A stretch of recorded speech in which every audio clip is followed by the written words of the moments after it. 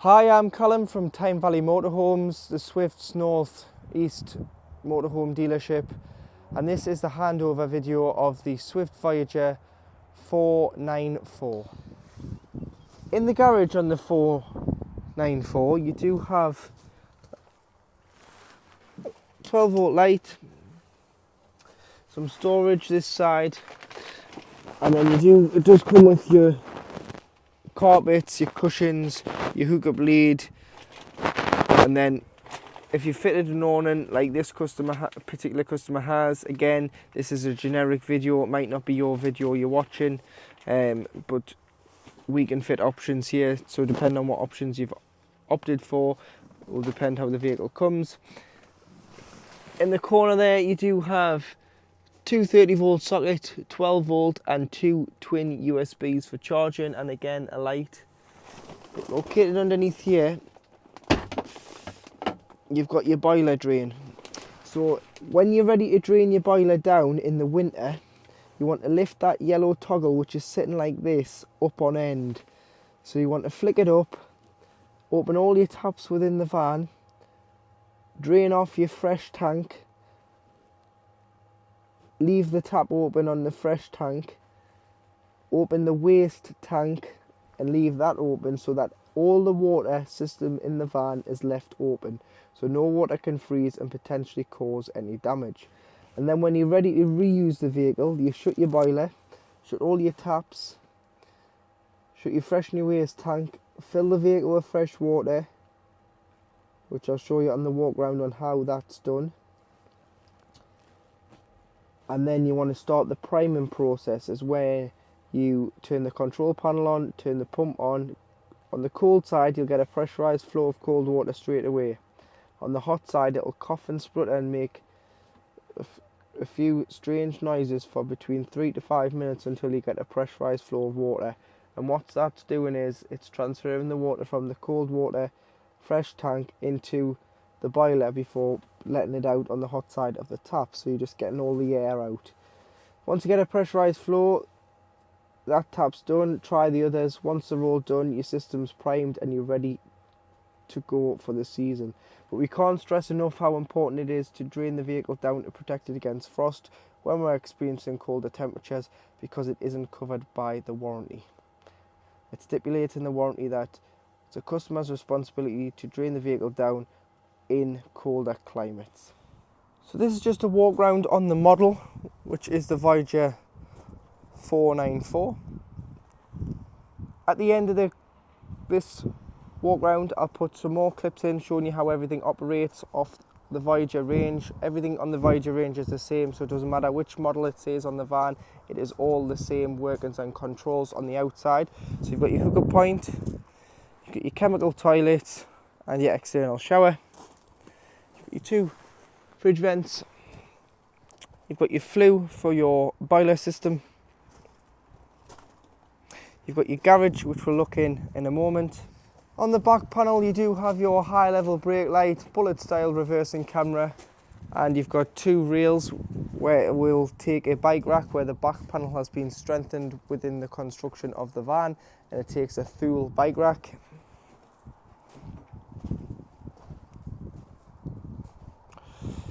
You've got your freshwater filling point and pump point if you want to pump the water in opposed to using a hose. You've got the drain off point for the fresh water. You've got the gas locker. You've got your external barbecue point. You've got your grey wastewater drain off point. And then opening the passenger door, you've got your easy fill diesel system, so just push the fuel nozzle in there and fill, no cap to remove. And underneath you've got your AdBlue, so it's 22 litres on a Transit and it'll do 5 to 5,500 miles on a full tank of AdBlue. And then once you've got about 1,000 miles left, it'll give you a warning on the dashboard that it is ready to be topped up. So when you arrive on your site, the first thing you want to do is hook the vehicle up. So get the hookup lead, lift the collar, lift the flap on the van and hook the vehicle up. always connect the motorhome up first and then make the cable live by connecting it to your site or to the house if you're home charging, to avoid walking around with a live lead. So now you want to turn your gas on. So located in your gas locker is where you store your gas bottles. So to connect the pigtail, which goes from the regulator to the bottle, it's left to tighten, right to loosen, opposite ways with it being gas. But before you put the pigtail on, you want to put the gas straps round the centre of the top of the bottle. So put the collar on and then tie the bottle in, connect your pigtail. You'll need an adjustable spanner or gas wrench just to nip it up before turning the bottle on. And always make sure that your crash valve hasn't gone off. So your yellow nib in the centre wants to be flat. If that's pointing out, just press and hold for 10 seconds to reset the crash valve, making sure that you turn your bottles off before you start driving. So to fill a vehicle with water, at your freshwater filling point on the vehicle, using the habitation key, you can unlock the cap, remove the cap, carry yourself a hose pipe with some hose pipe fittings, as it's mainly just a brass tap provided by the site. Pop your flat end of your hose into here and fill until it either overflows or until you look on your control panel and see how much water is on board. Should you not have a hose pipe, you can use a submersible pump, putting one end in here, connecting the power point to the side of the van, which is just underneath here. So that will give you 12 volt power, and connecting the pump directly into the barrel of water or aqua rolled to suck it out of there and put it into the motorhome's tank. To empty your toilet, push both catches in and drop the door. Put your hands underneath the orange handle, slide up and lift out, and then you can either carry or wheel your cassette to the chemical waste disposal point on site. And to empty, remove the cap, pop the cap to the side, pour the contents out, and as you're pouring, press the orange button at the back of the cassette in. Once it's empty, there's normally a tap there, put some water in, give it a rinse, tip out again, and then go in with a capful, which is 120 ml of either green or blue chemical, into the cassette, and it's good to go back into the motorhome. To winterize this van, located on the 540 on the passenger side of the vehicle, you've got one drain point here and one at the front. This one at the back is your fresh water, so you would drain that off in the winter when winterizing, or if you're not using the van for a while, or if you've taken on a source of contaminated water, you just open that cap there and allow the valve to drain the water off.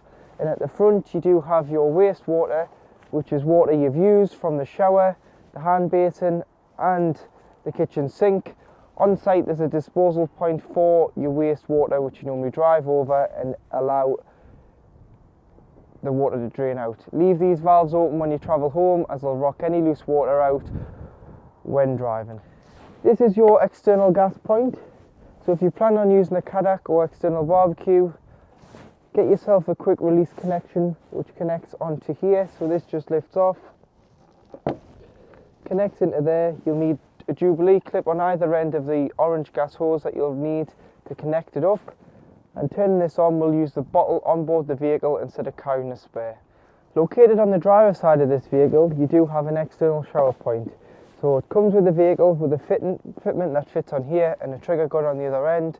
This will give you a cold water fed shower. As long as the pump's on, you'll be able to hose the dog off, the bikes, the boots, before safely putting them back on board the vehicle. So to open the bonnet on a Ford, using the key, if you place it above the Ford badge, turn it to the left first to pop the bonnet, and then to release it, turn it to the right. You'll be able to gain entry into underneath the bonnet there. You've got your screen wash, your oil filler, your oil dipsticks just down here for checking the levels.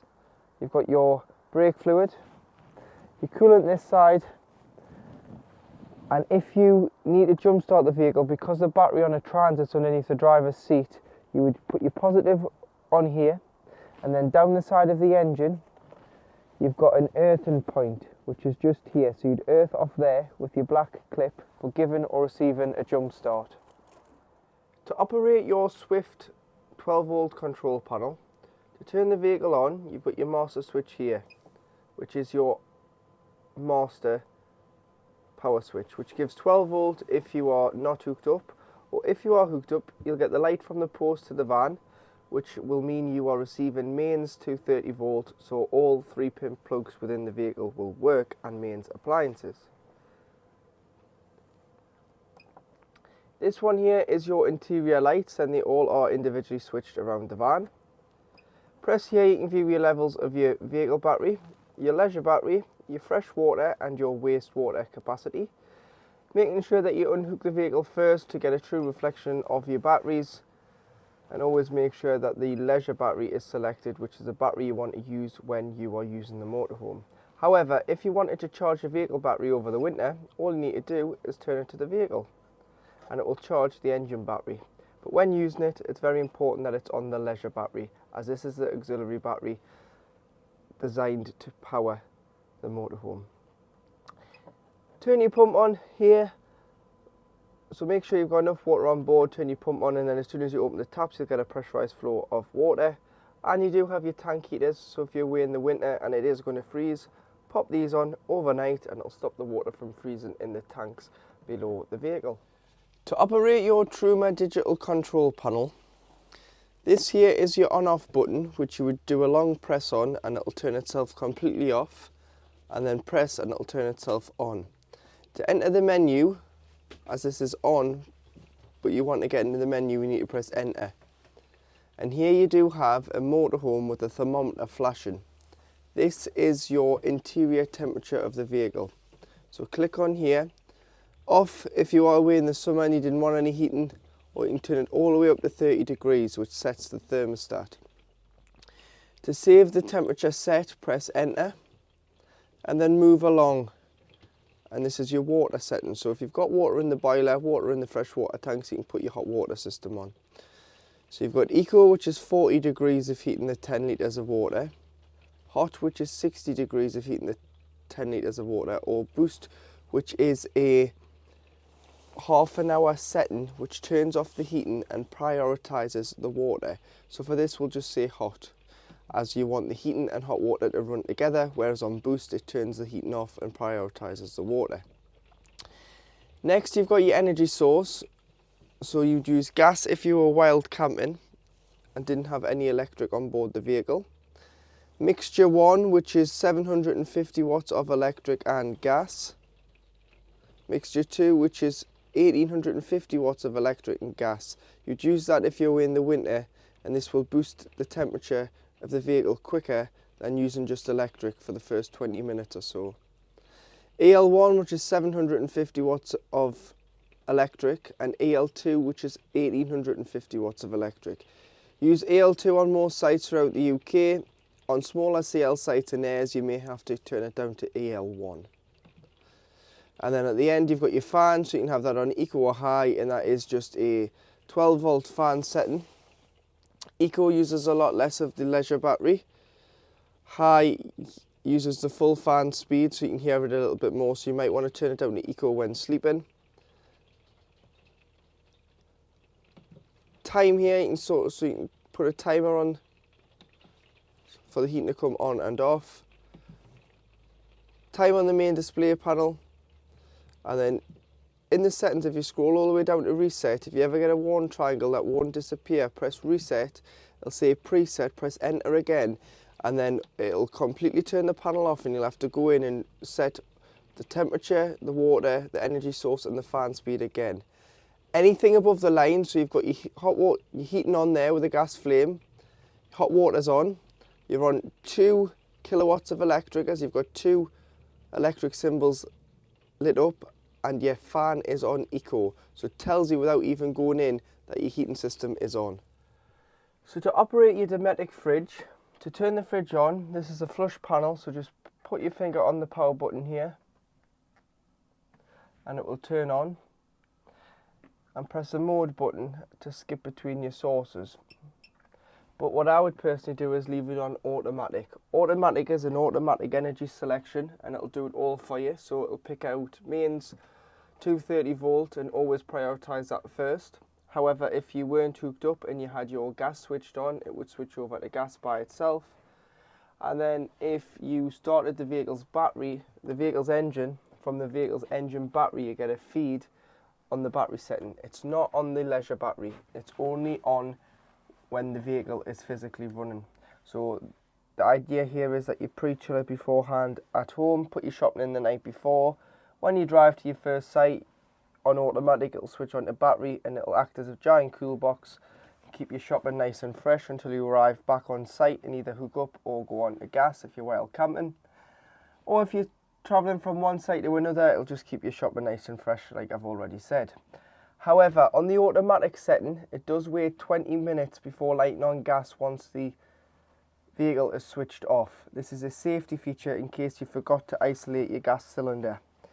So it will not light for 20 minutes, it will flash and beep. What you need to do here is press mode and just change the source to gas on its own. You can select the source manually, but I would just leave it on automatic to select between battery when travelling and mains. The only time you would need to take this off is to put it on gas if you're wild camping. Temperature here, so 5 being the coldest when pre-chilling.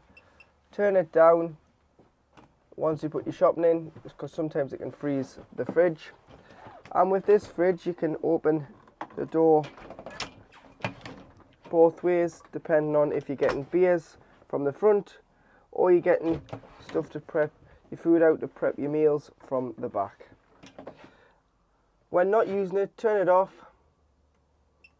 and leave the door open. There is a little clip here that you can pull out. It's a bit fiddly. Pull that out there. That rests on that little chrome stopper there and stops the fridge door from shutting, which allows air ventilation in and out of the fridge when not in use.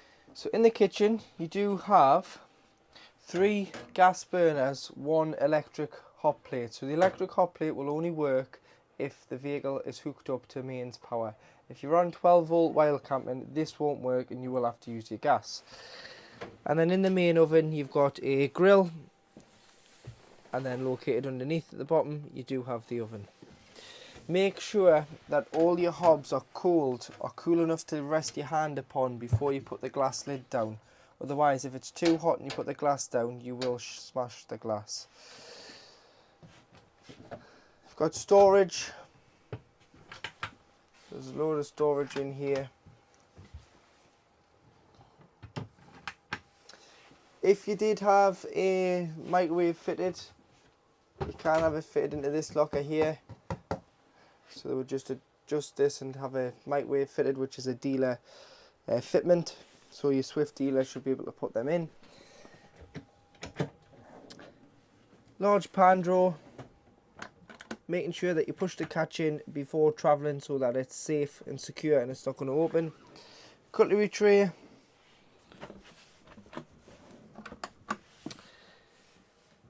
Some more storage, and then at the bottom you've got a big cupboard, but you do have 3 gas isolation valves located here. So any problems with gas, turn the bottle off to be safe, but each individual coloured tap there will turn off in one appliance. But these are mainly for when the vehicle is annually habitation serviced. This is just showing that your water pump's working and your hot water's working, as that is hot water there. And located on the side of the bench you do have some extra worktop space which just clips up like so. So you've got some extra prep space when using the hob and the sink. And then just press here on both sides and you'll be able to fold it back down. Located at the back of the 494 Voyager, you do have your large island bed, which has wardrobe space either side and storage in the centre. You've got a light switch for your lights this side with a 230 volt socket, And this side you've got a twin USB for charging your devices. So you've got power on both sides of the bed as well as sockets here and here. Storage underneath, so you can lift this up. You've got some storage there. Got a rocker switch for all your lights, so your under counter cabinetry lights, and then your main switch is located here for your main lights, what you can press and hold and dim down.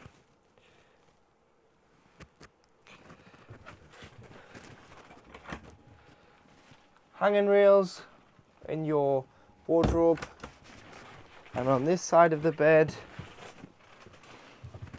you have some more wardrobe space. Located just beside your fridge, you do have a concertina door, so if there was people in the front and people in the back, you can have a bit of privacy by pulling this screen across, which clips into here and shuts the bedroom off from the front of the vehicle. Underneath your rear dinette seat, you do have the location where your leisure battery is. So this is your leisure battery, and this big fuse here is your 40 amp main battery fuse, and then this is your Sargent electrical consumer unit.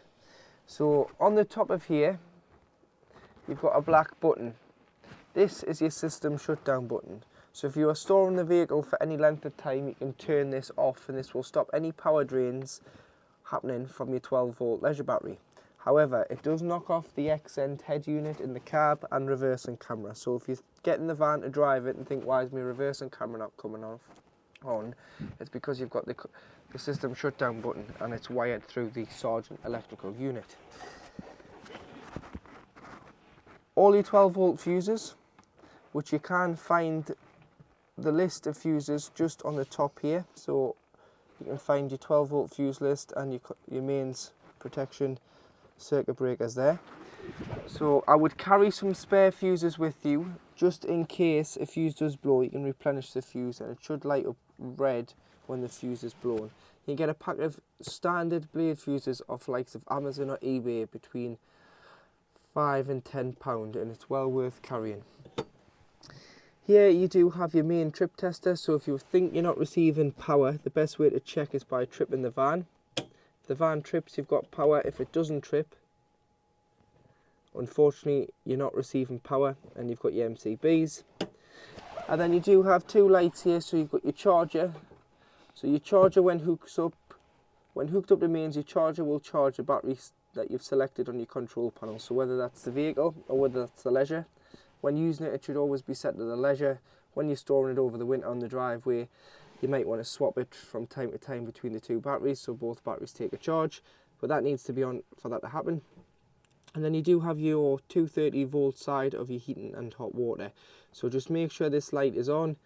If you get any problems with it coming on your Truma control panel about mains connection error, just check that this is turned on. But what you would do is you would just leave them as they are. You can press them in and pull them out, and it takes the light off them, and that's basically like a fuse spur, but you want to push it in and leave it as it is. Above the fridge is the location of your Truma solar panels MTTP. So this is your charge regulator for your solar panel. There's a fuse in the bottom, it's lighting up there and flashing. And the best way to check the charge in your battery is by looking at the control panel. The solar panel won't give you unlimited power, it will only maintain the charge and trickle charge the battery. The best way of charging the leisure battery is by hooking the vehicle up. This will only maintain it when the vehicle is not hooked up. In the front of the vehicle you do have two extra travelling seats with ISOFIX points. So if you are using children's car seats, you can fit them into the ISOFIX points located at the back. Got your fixed table which can be removed, and your seats do turn round to utilise that table as well. And on this side you'd have your location for your TV, so you've got your TV aerial point should you have an aerial fitted, a 12 volt point and a 240 volt point. But if you're getting a TV, get a 12 volt telly and then it'll work off the leisure battery regardless if you're hooked up or not. Little rocker switches on both sides to work the under counter lights. Storage in here, again making sure you push the catches in to lock the drawers when travelling. On the overhead cabinets, push this button in here and you'll be able to release the door. And then you do have, with it being an overcab, you do have a double bed over the top of the cab. So this is pushed up, which gives you loads of headroom to get in and out of the cab. When the bed's down, you can be restricted on headroom, so push the bed up. You can store things up here, but store light things up here, like extra bedding, clothing, towels, nothing too heavy when travelling. And there's a ladder that clips on, which I'll show you in a second, to gain access to the overcab double bed. And there you have your ladder attached to your overcab double bed. You've got a safety net if you're putting children up here, which clip onto here. So you've got two locating lugs on either side, which is where it clips into.